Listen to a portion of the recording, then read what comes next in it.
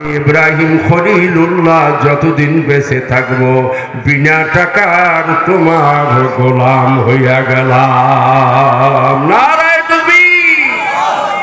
সেই ইব্রাহিম খলিলুল্লাহ আল্লাহর বন্ধু, তারই দ্বারায় বাইতুল্লাহ বানানোর কারণে সারা দুনিয়ার গরিব ধনী পুরুষ মহিলা সবাই হজ করার জন্য পাগল।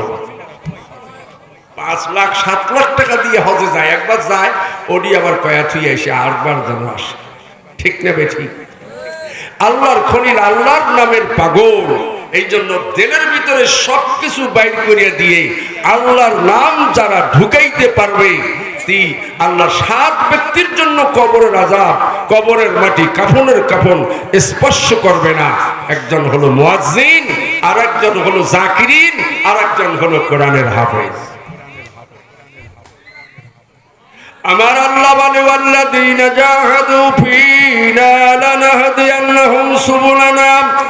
আমি আল্লাহকে পাওয়ার জন্য, মহব্বত পাওয়ার জন্য যারা চেষ্টা করবে, আমি আল্লাহ আমার মহব্বতের রাস্তা সবগুলি খুলিয়া দিলাম।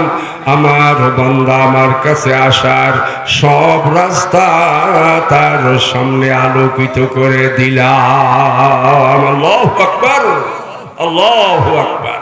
এই জন্য পাগল হইতে হবে কার? সবাই বলে আল্লাহর পাগল হইতে হবে।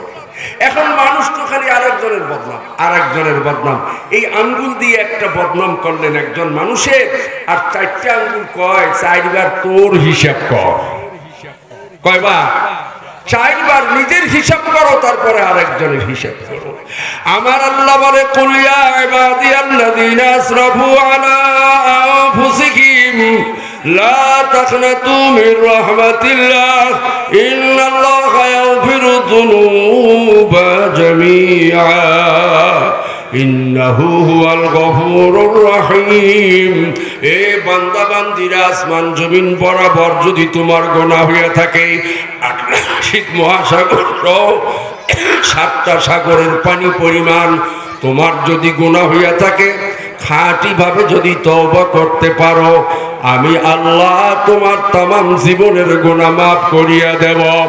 আমার দরবার থেকে নিরাশ হইয়া আর কোথাও যাওয়ার কায়দা নাই। যে যত বড় পাপী, যত বড় গুনাহগার, খাঁটি ভাবে আল্লাহর কাছে যখন তওবা করিয়া নেয়, আল্লাহ তাআলা তার সমস্ত গুনাহগুলি মাফ করিয়া দিয়া গুনার খাতাটা সাদা বানায়া মিশাইয়া দিয়া যে পরিমাণ গুনাহ, সেগুলিকে সবগুলিকে নেকি বানায়া তার নেক আমলের মধ্যে উঠাইয়া দেয়। নারায়ে তাকবীর। তাহলে তওবা করলে গুনাহ মাফ পাওয়া যায়। পৃথিবীর ভিতরে বুজুর্গ ইবাদত বেশি করে সে না, বেশি তওবা করে সেই হলো বুজুর্গ। কারণ লাভ কি? গুনাহ আল্লাহ মাফ করে দেয়, কিন্তু গুনাহগুলিকে ফেলা দেয় না, ওগুলিকে নেকি বানায় আমল নামায় দেয়। 40 বছর পর্যন্ত মামলা চলে, কোনো দিকে রায় নাই। রাত্রিবেলা বাদী যে মামলা করেছে খবর শুনো, যিনি মারা গেছে, যার বিরুদ্ধে মামলা, তিনি মারা গেছে, ইন্না লিল্লাহ পরে কান্দে, আর মামলা চালাবো না, উঠায়া নিলাম, আমি মাফ করে দিলাম। তারপরে যখন জানাজার কাতারে গেল, মাফ করে দিলাম, এক মুষ্টি করে মাটি দেয়। মিনহা খলাকনাকুম ওয়া ফিহা নুঈদুকুম ওয়া মিনহা নুখরিজুকুম তারাতান উখরা। কিয়ামতের আদালতে বান্দার কোনো নেকি নাই, কিচ্ছু নাই। ছোট্ট একটা পলিথিন ব্যাগ নেকের পাল্লায় যখন তুলিয়া দিছে, নেকের পাল্লাটা ভারী হইয়া মাটিতে লেগে গেছে, গুনার পাল্লাটা হালকা হইয়া আসমানে ঠেকে গেছে।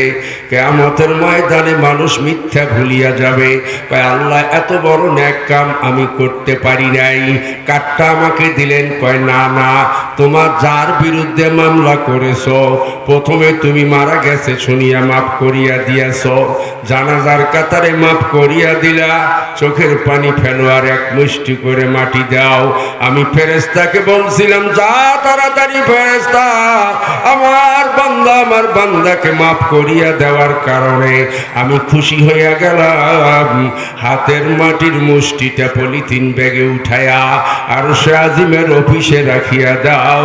সেই পুটলাটা তোমার হাতের মাটির মুষ্টি এই পলিথিন ব্যাগে আমার আরো সে জমা রেখেছিলাম। ওই মাটির মুষ্টিটা তোমার নেকের পাল্লায় দিয়া নেকির পাল্লা ভারী বানায়া তোমাকে জান্নাতে পৌঁছায়া দিলাম। নারায়ে তাকবীর।